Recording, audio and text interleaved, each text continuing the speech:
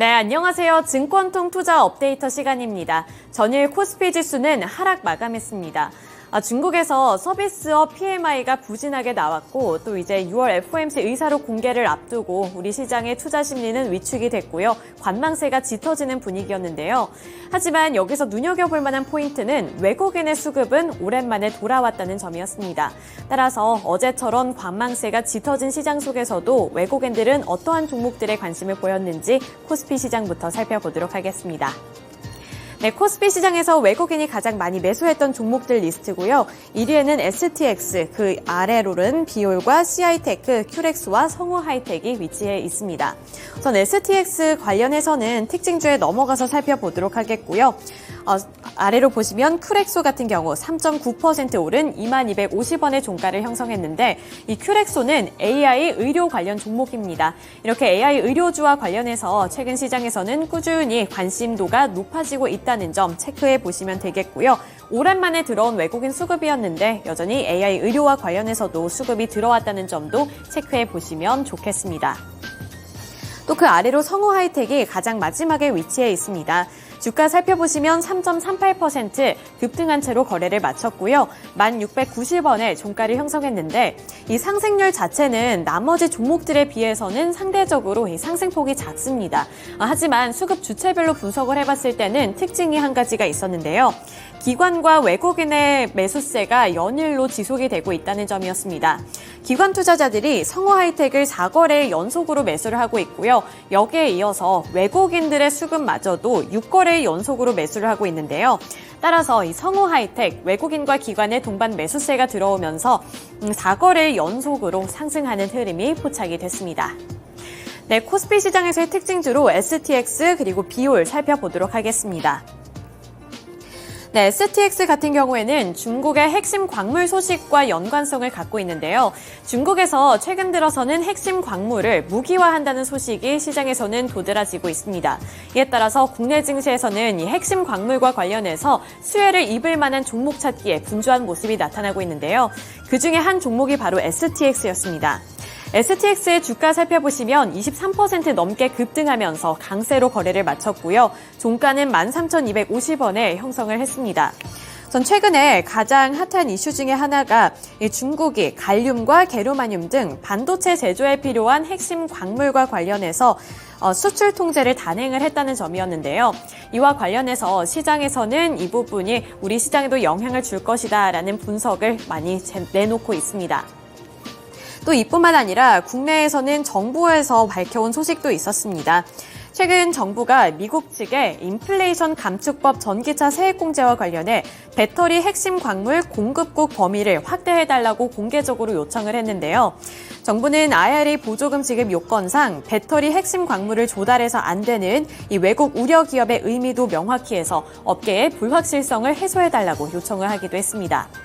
현재는 미국 그리고 미국과 FTA를 맺은 나라에서 채굴하고 또 가공한 핵심 광물을 쓴 배터리를 탑재한 차량에만 이 세액 공제가 되는데요. 대상국을 우리 기업의 주요 핵심 광물 조달처인 인도네시아 그리고 아르헨티나로 확대를 해달라고 해서 우리나라가 선점을 할 수 있도록 이 위치를 선점할 수 있도록 해달라는 요청이 제기가 된 것이었습니다. 이 STX 같은 경우에는 지난 4월 말에 인도네시아 니켈광 사업 진출을 위한 현지 조인트 벤처를 설립하겠다고 밝힌 바가 있는데요. 이러한 점이 맞물리게 되면서 STX가 광물과 관련해서 이미 주목을 받았고 또 정부 차원에서 이렇게 요구를 한 가운데 인도네시아와 함께 협력을 했다는 점까지 부각을 받으면서 투자자들의 매수세가 큰 폭으로 들어왔습니다. 네, 이어서 비율 살펴보도록 하겠습니다. 전일 시장에서는 의료기기 그리고 미용기기주들이 전반적으로 상승하는 흐름을 나타냈는데요. 어제뿐만이 아니라 사실 최근 들어서는 이렇게 의료기기주를 향한 관심도가 높아지고 있다고 볼 수가 있습니다. 전일 시장에서도 이렇게 의료기기 종목들 일제히 상승한 가운데 비율도 외국인의 수급이 많이 들어왔던 종목이었고요. 주가 살펴보시면 10% 넘게 올랐습니다. 10.29% 상승한 7,500원의 종가를 형성했습니다. 이 비율과 관련해서는 증권업계의 평가도 나쁘지가 않은데요. 대표적으로 NH투자증권에서는 리포트를 발행을 했는데 원천 기술을 기반으로 미주 지역을 중심으로 지역 확대를 계속해서 확대해 나가고 있다는 점이 긍정적이라고 평가를 했고요.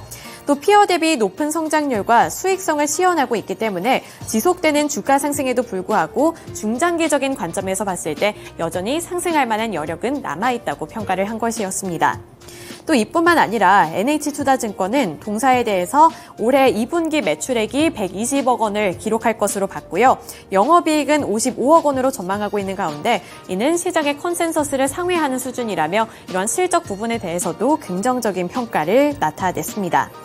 마지막으로 이 비율과 관련해서는 유럽과 아시아 또 중남미 지역에서 신규 대리점 계약이 이어지고 있다는 점, 그리고 그뿐만 아니라 기존 지역의 성장도 지속이 되면서 올해 2분기부터 4분기까지 매분기 최대 실적을 경신할 것으로 전망하면서 이 비율에 대해서 긍정적인 평가를 이어왔습니다. 따라서 투자자들의 매수세가 유입이 되면서 종가는 7,500원에 형성을 했습니다.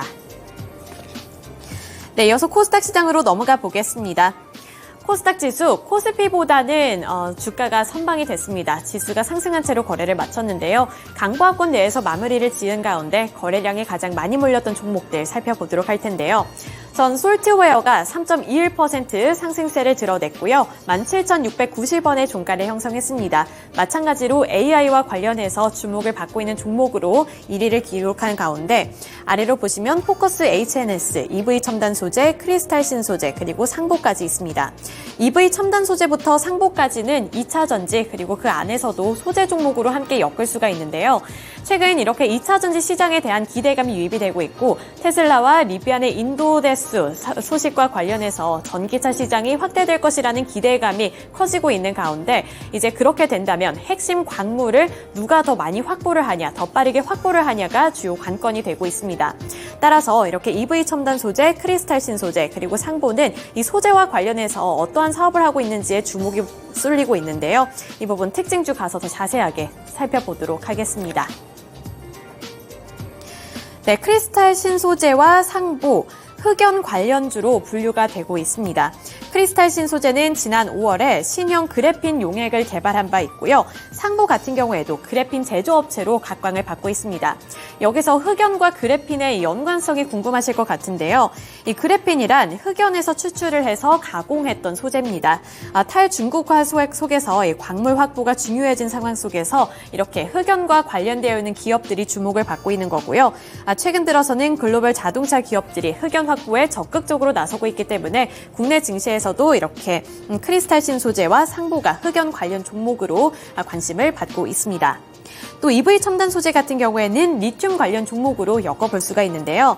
지난해 4분기에 하이드로 리튬에 탄산 리튬을 공급한 바 있고요. 지난 3월에는 국내 수산화 리튬을 공급을 했는데 앞으로도 이 수산화 리튬 공급량을 늘릴 것으로 전망이 되는 가운데 EV 첨단 소재도 관심을 받았습니다. 그리고 이 탄산 리튬, 수산화 리튬과 같은 경우에는 중국 의존도가 80% 넘게 크기 때문에요. 앞으로도 주목을 받을 것이라는 업계 전문가들의 평가도 엿볼 수가 있었습니다.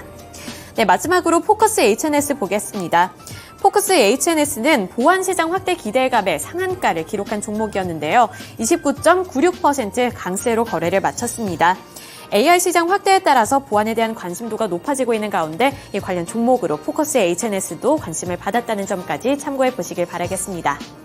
네, 이어서 오늘 시장에서 어떠한 종목 주목해보면 좋을지 오늘은 메리츠증권의 황희수 차장 연결 통해서 들어보도록 하겠습니다. 네, 차장님 안녕하세요. 네, 안녕하세요. 네, 전일장 수급 특징 분석해봤는데요. 오늘장 어떠한 종목에 눈여겨보면 좋을까요? 삼성중공업을 말씀을 드리겠는데요. 우선 삼성중공업 같은 경우에는 2분기 실적이 컨센서스를 상회하는 영업이익이 달성할 것으로 기대된다는 점이 긍정적이다라고 말씀드릴 수가 있겠습니다. 동사 같은 경우는 대형 3사 가운데 2분기 건조 범위에 들어오는 LNG선이 절대적으로 많은 만큼 경쟁사에 비해서 수익성 개선 속도가 굉장히 빠르게 올라올 것이다라는 점이 실적 성장의 원인이 될 수 있다라고 말씀드릴 수가 있겠는데요. 또한 수주 모멘텀이 굉장히 높은 상황에서 카타르 LNG 2차분 그리고 모잠비크 쪽의 프로젝트성 LNG선을 비롯해서 여러 가지 해외 수주가 남아있다라는 점이 긍정적이다라고 말씀드릴 수가 있겠습니다. 또한 이런 대규모 수주 달성을 통해서 중장기 성장이 꾸준하게 나타날 수 있다는 점이 역시 긍정적인 부분이다라고 말씀드릴 수가 수가 있겠고, 동사 같은 경우 2분기 실적 이외에도 올해 같은 경우 계속해서 높은 영업이익을 중심으로 한 이익 성장이 꾸준하게 나타날 수 있다는 점은 긍정적이다라고 말씀드릴 수가 있겠습니다. 이에 따른 실적 성장과 이익 회복에 대한 기대감 그리고 추가적인 수주 모멘텀으로 주요 수급 주체들의 매수세가 이어지고 있는 종목이다라고 말씀드릴 수 있겠습니다. 네, 메리츠증권의 황혜수 차장 연결을 통해서 전일장 수급 특징주로는 삼성중공업 이야기 들어봤습니다. 앞으로 이익 개선도 나타날 것이다 라고 얘기를 해주셨고요. 실적 성장이 대규모 수주를 바탕으로 일어날 것이다 라고 얘기해 주셨으니까요. 현명한 투자에 참고해 보셨으면 좋겠습니다. 이번에는 시간의 거래에서 주목받았던 종목들 체크해 보도록 하겠습니다. 먼저 상승률 탑5 리스트 체크해 보시죠. 네, HLB 이노베이션, 한국모브넥스, 알맥, KG케미칼, 조일알미늄 순으로 이름을 올렸는데요. 지금 가장 상단에 위치하고 있는 HLB 이노베이션을 제외한 모든 종목들이 전기차 관련 종목들이 상단에 꽉 채워냈습니다. 하지만 HLB 이노베이션은 개별적인 호재로 이슈를 갖고 온 만큼 특징주로 먼저 살펴보고 넘어가도록 하겠습니다. HLB 이노베이션 같은 경우에는 정규장에서 2.38% 소폭 상승하면서 종가를 4,095원에 형성을 했던 종목인데요. 시간의 체결가 9.91% 상한가를 기록하면서 4,490원에 거래를 마쳤습니다. HLB 이노베이션 같은 경우에는 미국의 자회사인 바이오 업체 베리스모의 지분 11.75%를 약 130억 원에 취득하기로 공시했는데요. 이번 지분의 취득은 베리스모의 제3자 배정 유상증자로 이루어진다고 합니다. 이번 지분 취득을 통해서 기업 가치를 극대화하겠다는 뜻을 HLB 이노베이션 측은 밝혔는데요. 한편 베리스모 측은 이번에 확보한 자금을 바탕으로 신약 개발에 사용할 계획이라고 밝혔습니다. 이 점까지 참고해 보시기 바라겠습니다. 네, 넘어가서 전기차 관련 종목들의 흐름도 체크를 해보도록 하겠습니다. 조금 전에 설명해 드린 것처럼 한국모브넥스부터 조일알미늄까지 상단에 꽉 채워낸 모든 종목들이 전기차 관련된 종목이었는데요. 본장에서도 강했었는데 시간의 거래에서 추가적인 상승을 보여줬습니다. 한국모브넥스와 알맥은 자동차 부품 관련 종목이고요. KG케미칼과 조일알미늄은 2차 전지 관련된 종목인데 지금 여기에서도 조일알미늄을 제외한 나머지 세 종목 같은 경우에는 본장에서는 다소 주목을 받지 못했습니다. 그랬던 만큼 조금 더 크게 상승했던 것으로 보이고요. 2차 전지 관련 종목은 조일알미늄 외에도 추가적으로 금양과 EV 첨단 소재까지 추가적인 상승이 나와줬기 때문에 앞으로 7월 달에 2차 전지주의 흐름이 굉장히 좋은데 추가적인 상승이 받아갈 수 있을지 체크해 보시는 게 필요해 보입니다. 이번에는 시간의 거래에서 하락했던 종목들도 체크를 해보시죠. 네, GS건설, RF머트리얼즈, HB솔루션, 3일제약, CQ센 순으로 지금 이름을 올렸는데요. 지금 가장 상단에 위치한 GS건설, 어제 본장에 이어서 추가적인 하락세가 나왔습니다. 먼저 살펴보도록 하겠습니다. GS건설 같은 경우에는 전일장 건설주의 약세 흐름 속에서도 눈에 띄게 그 하락률이 컸었는데요. 그 이유는 주차장 붕괴 사고가 있었던 인천의 검단 신도시 아파트를 전면 재시공하겠다는 뜻을 밝혔기 때문입니다. 이런 가운데 GS건설은 지난달 30일에 주가가 52주 최저가를 기록하기도 했는데 추가적인 악재까지 겹치면서 이제 시장의 참여자들은 GS건설에 대해서 브랜드 이미지가 실추될 수도 있다라는 내용도 우려가 되고 있고요. 뿐만 아니라 GS건설에 대해서 매도세가 강하게 몰리면서 5.77% 하락으로 거래를 마쳤습니다. 이번 사고의 경우에는 조사위에서 분석한 결과 전담 보강근, 즉 철근이 제대로 시공되지 않았다는 점이 사고의 직접적인 원인이라고 밝혔는데요. 입장문을 통해서 사고 수습에 만전을 다할 것이다 라고 밝히긴 했지만 보도에 따르면 재시공에 부담되는 비용이 약 1조 원이 투입될 것이다 라는 전망이 나오고 있습니다. 이미 공사가 상당 부분 진행이 된 만큼 철거 비용도 만만치 않을 것이다 라고 얘기를 하고 있고요. 입주 예정자에 대한 보상비와 공사비 조달까지 생각한다면 금융비용도 만만치 않을 것으로 보입니다. 네, 안 그래도 어려운 건설 경기 속에서 GS건설이 앞으로 이 위기를 슬기롭게 헤쳐해 나갈 수 있을지 조금 더 체크가 필요해 보입니다. 네, 나머지 종목들은 모두 3% 미만의 하락률을 보인 만큼 순위 정도로만 체크해 보면 되겠는데요. 가장 먼저 HB솔루션과 CQ센 간단하게 살펴보고 넘어가도록 하겠습니다. 주요 주주의 소유 주식수가 변동되었다는 공시에 약세로 거래를 마쳤고요. 삼일제약 같은 경우에는 허승봉 회장의 횡령과 배임에 대해서 수사가 진행되고 있다는 소식에 매도세가 몰렸습니다. 2.55% 하락으로 7,650원에 거래를 마쳤습니다. 네, 이렇게 시간에서 하락했던 종목들까지 살펴봤습니다. 다시 한번 황혜수 차장 연결해 보도록 하겠습니다. 네, 차장님 안녕하세요. 네, 안녕하세요. 네, 시간의 거래에서 살펴볼 만한 또 다른 특징주는 어떤 종목일까요? GS건설을 말씀드리겠는데요. GS건설 같은 경우는 말씀해주신 대로 인천 검단 정면 재시공 결정이 나면서 다시 한번 주가가 하락하는 모습을 보여줬습니다. 재시공 결정이 나타나면서 GS건설 같은 경우는 올해 2분기 그리고 23년 올해 같은 경우 영업이익의 컨센이 크게 하회할 것으로 전망이 되고 있는데 이에 따른 실적에 대한 우려감으로 전일 같은 경우 시간의 거래에서도 하락하는 모습이 나타났다라고 보시면 될 것 같습니다. 그래서 동사 같은 경우는 이런 불확실성이 어느 정도 해소가 되었다라는 부분은 있지만 이익 단위 역시 펀더멘탈도 동시에 훼손된다라는 부분이 있기 때문에 주가 약세는 계속해서 조금 불가피한 상황이다라고 볼 수가 있겠는데요. 다만 앞서 말씀드린 대로 어떤 불확실성이 재시공 범위에 대한 불확실성이 어느 정도 해소가 되었다는 점을 감안했을 때 주가가 좀 안정세를 찾아갈 가능성도 있는 상황이다 이렇게 보시면 될 것 같습니다.